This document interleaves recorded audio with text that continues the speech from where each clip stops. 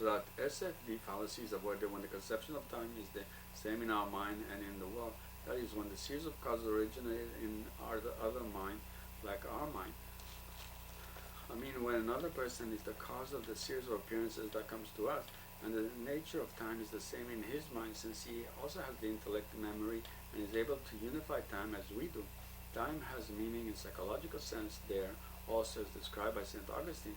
So other minds have freedom, and hence so do we, since one of the arguments of Kant's third antimony is valid, and the case of the other side of the antimony fails, because the series of causes began in physical objects, while the nature of time is different, even if it exists. So the syllogism uses only one concept of time in syllogism in the argument for free will, and it's valid. And the syllogism arguing against free will uses two concepts of time in the major and the minor premise instead of one concept of time, so it's fallacious. And so the third antimony, which is a problem and made worse by Einstein, is here finally resolved. And indeed, we have even proven the existence of human free will. New era! Exclamation mark. I, Joseph Beaton, did it! Exclamation mark. No one in history has succeeded in proving that we have free will. Indeed, even the geniuses and the super geniuses like Aristotle argued that we have no free will, and neither does God. And Maimonides and others like Spinoza agree with him, and Kant argued that it is impossible for us to even know if we are free or not. Religion presupposes freedom, as Maimonides and Einstein and Kant have said. Is there a price for this question mark? Like Copernican revolution, add another proof of God question mark. Spinoza gave a short proof of the existence of God in his masterpiece, The Ethics. Really, he gave about 5 short proofs of God there. And then Spinoza did impressive proof of the immortality of our soul, or part of it, which is perhaps the longest in history. It may have involved 60 sub-proofs in that book. But instead, I, Joseph Beaton, think it is far better to give a very long proof of the existence of God and hundreds of other proofs to help strengthen it, and this is what I have done. Since that is the key issue, and once God is known to exist, then we are immortal, since it is illogical that such a powerful God would let us perish.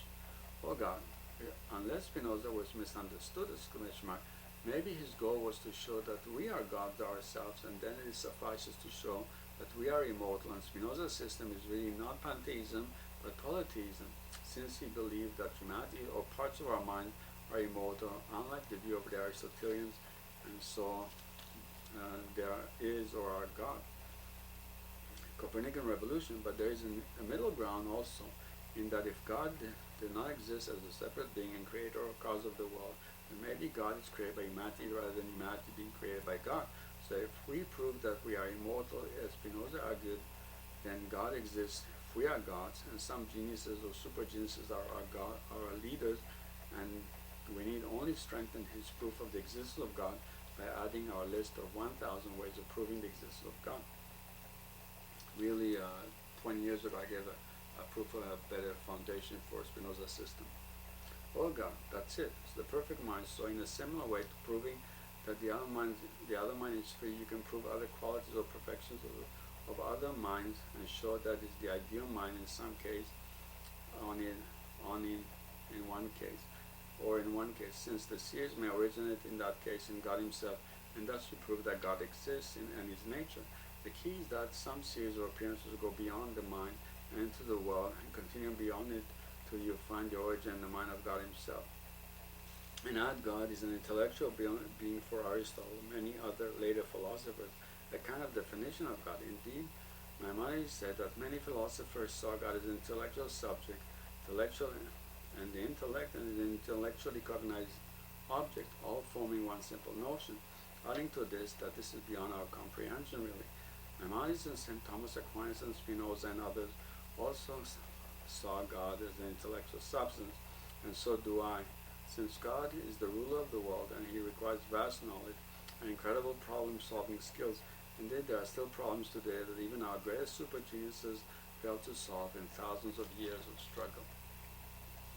So for the next 1,000 years, try to collect evidence that God uses the 200 or 300 super methods of reasoning that I listed, or the 2,000 methods of reasoning that I listed so far, since different people use a few of these methods in different professions or jobs, and the different causal series that arise from God must reveal these super methods of reasoning, though at times God uses more complex reasoning than we do. So collect this evidence so you know God, or at least have enough evidence to prove that the cause of these effects is a being that is superior to us human beings in intelligence. And this may indeed be the case if God is really our ruler or king or God, or if God is the ideal mind or supreme mind or the perfect being.